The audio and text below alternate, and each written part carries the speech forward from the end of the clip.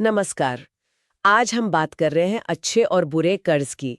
हमारे पास कुछ अच्छे स्रोत हैं जो बताते हैं कि उधार कैसे समझदारी से लिया जाए, हाँ, और आज का हमारा मकसद है इन स्रोतों से ज़रूरी जानकारी निकालना। ताकि कर्ज लेने के बारे में बेहतर फैसले लिए जा सके। बिल्कुल, कौन सा लोन असल में फ़ायदा देगा और कौन सा फंसा सकता है, ये जानना बहुत ज़रूरी है। हाँ, क्योंकि आंकड़े तो यही बता रहे हैं। भारत में घरेलू कर्ज जीडीपी का लगभग 42.9% हो गया है। और प्रति व्यक्ति औसत कर्ज भी बढ़ गया है, करीब 4.8 लाख रुपए। तो ये समझना अहम है। तो फिर शुरू करते हैं।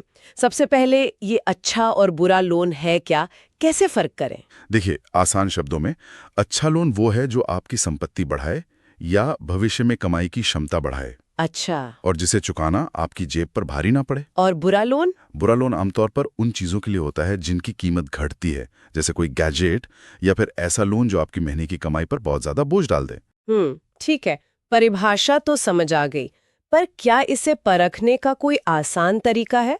स्रोतों में एक 5 पॉइंट टेस्ट की बात है। हाँ, एक प्रैक्टिकल टेस्ट है। इसमें 5 सवाल हैं। हर सवाल के लिए 0 से 2 अंक। ओके, क्या है वो सवाल? पहला, क्या इस लोन से अगले मान लीजिए 3 से 7 साल में आपकी इनकम या संपत्ति बढ़ेगी? हम्म। दूसरा, क्या आप इसे अपनी रेगुलर इनकम से आराम से चुका सकते हैं? तीसरा? क्या इससे कोई टिकने वाली संपत्ति बन रही है? जैसे घर? हाँ, जैसे घर। चौथा, क्या ब्याज दर और लोन की बाकी शर्तें ठीक हैं, मतलब वाजिब हैं? और पांचवा? पांचवा बहुत जरूरी है, जो लोग अक्सर भूल जाते हैं। क्या आपके पास कम से कम 6 महीने का इमरजेंसी फंड है और जरूरी बीमा है? अच्छा, ये जरूरी पॉइंट है। सिर्फ लोन नहीं, अपनी तैयारी भी देखनी है। हाँ, तो स्कोरिंग कैसे होगी? अगर कुल स्कोर 10 में से 8 या ज्यादा है तो हाँ, ये अच्छा लोन माना जा सकता है। ठीक है। 5 से 7 है तो सावधानी बरतें, सोच समझकर फैसला लें। और 4 या उससे कम तो वो साफ तौर पर बुरा लोन है, उससे बचना चाहिए। समझ गई। तो इस टेस्ट को ध्यान में रखकर कुछ आम लोन्स को देखते हैं। होम लोन से शुरू करें, इसे तो अच्छा मानते हैं ना? हाँ, ज्यादातर मामलों में वजह साफ है, आप एक ऐसी चीज बना रहे हैं जिसकी कीमत बढ़ सकती है। और टैक्स बेनिफिट्स भी तो है। बिल्कुल। इनकम टैक्स एक्ट में सेक्शन 80C है मूलधन पर 1.5 लाख तक, फिर सेक्शन 24B ब्याज पर 2 लाख तक। और मैंने पढ़ा कि पहली बार घर खरीदने वालों के लिए या अफोर्डेबल हाउसिंग में सेक्शन 80E और 80EEA में और भी छूट मिल सकती है ब्याज पर। हाँ, कुछ शर्तों के साथ वो अतिरिक्त छूट भी मुमकिन है। कुल मिलाकर 4 लाख तक की कटौती हो सकती है, जो 30% टैक्स वाले के लिए करीब 1,20,000 रुपए सालाना बचत है। वाह, ब्याज दरें भी कम होती हैं, करीब 8.5 से 9% के आसपास। हाँ, पर्सनल लोन वगैरह से तो काफी कम। लेकिन लेकिन अगर क्षमता से ज्यादा लोन ले लिया या इमरजेंसी फंड नहीं रखा, तो यही अच्छा लोन मुसीबत बन सकता है। सही बात है। अच्छा, एजुकेशन लोन के बारे में क्या? ये भी अच्छा माना जाता है। हाँ, क्योंकि ये आपकी कमाई की क्षमता में निवेश है, आपकी स्किल्स बढ़ती हैं। और टैक्स बेनिफिट? वो भी है। सेक्शन 80E के तहत चुकाए गए पूरे ब्याज पर छूट मिलती है, कोई ऊपरी सीमा नहीं है। अच्छा।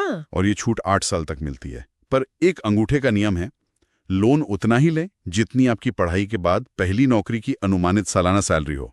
चुकाना आसान रहेगा। प्रैक्टिकल सलाह है। अब आते हैं क्रेडिट कार्ड पर। ये तो बड़ा ट्रिकी मामला है। बहुत ज्यादा। क्रेडिट कार्ड अपने आप में बुरा नहीं है, अगर आप हर महीने पूरा बिल टाइम पर चुकाते हैं। तो बढ़िया है। हाँ, तो शानदार है। क्रेडिट स्कोर बनता है, रिवॉर्ड मिलते हैं, इंटरेस्ट फ्री पीरियड का फायदा मिलता है। लेकिन अगर बैलेंस छोड़ दिया तो ये सबसे खतरनाक कर्जों में से एक बन जाता है।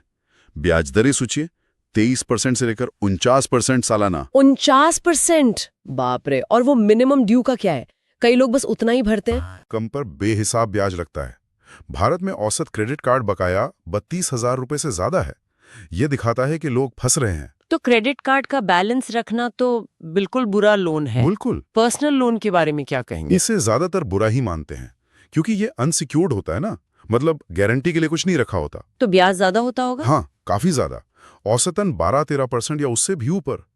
हाँ, कभी कभी जैसे मेडिकल इमरजेंसी हो या कई सारे छोटे लोन एक साथ चुकाने हो, डेट कंसोलिडेशन, तब शायद ये लेना पड़े, पर बहुत सोच समझकर। और आजकल ये जो BNPL चल रहा है, बाय नाउ पे लेटर, इसमें तो बहुत ही सावधान रहने की जरूरत है।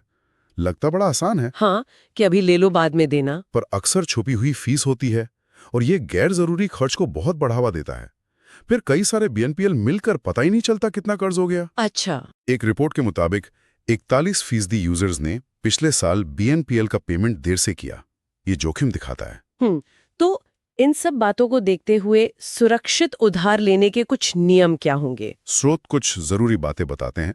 पहला, कोई भी बड़ा लोन लेने से पहले कम से कम 6 महीने के खर्च के बराबर इमरजेंसी फंड जरूर बनाएं। ठीक है। दूसरा, आपकी कुल ईएमआई मतलब सारी किश्तें मिलाकर आपकी महीने की इनकम के 30-40% से ज्यादा ना हो। ये जरूरी है। और अपना क्रेडिट स्कोर अच्छा रखें, 750 से ऊपर।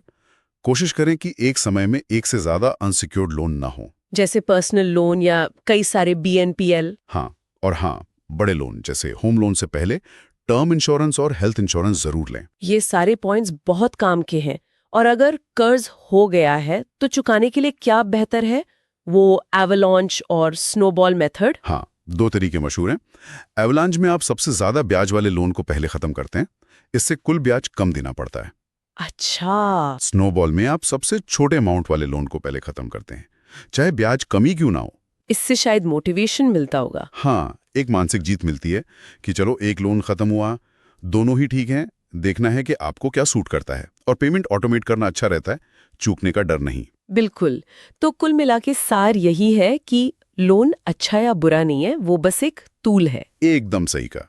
सही इस्तेमाल करेंगे तो संपत्ति बनेगी, आगे बढ़ेंगे, जैसे होम लोन या एजुकेशन लोन। और गलत इस्तेमाल जैसे क्रेडिट कार्ड पर फिजूल खर्ची या बिना सोचे समझे पर्सनल लोन, तो ये कर्ज के जाल में फंसा सकता है। सब कुछ निर्भर करता है उद्देश्य, शर्तों और आपकी चुकाने की क्षमता पर। बहुत सही। तो शायद अगली बार जब कोई ऐसी चीज के लिए लोन लेने का मन करे जिसकी तुरंत जरूरत नहीं है, तो एक पल रुकना चाहिए। हाँ, और सोचना चाहिए कि क्या कुछ महीने रुककर पैसे बचाकर उसे खरीदना ज्यादा बेहतर नहीं होगा? शायद ज्यादा सुकून मिलेगा।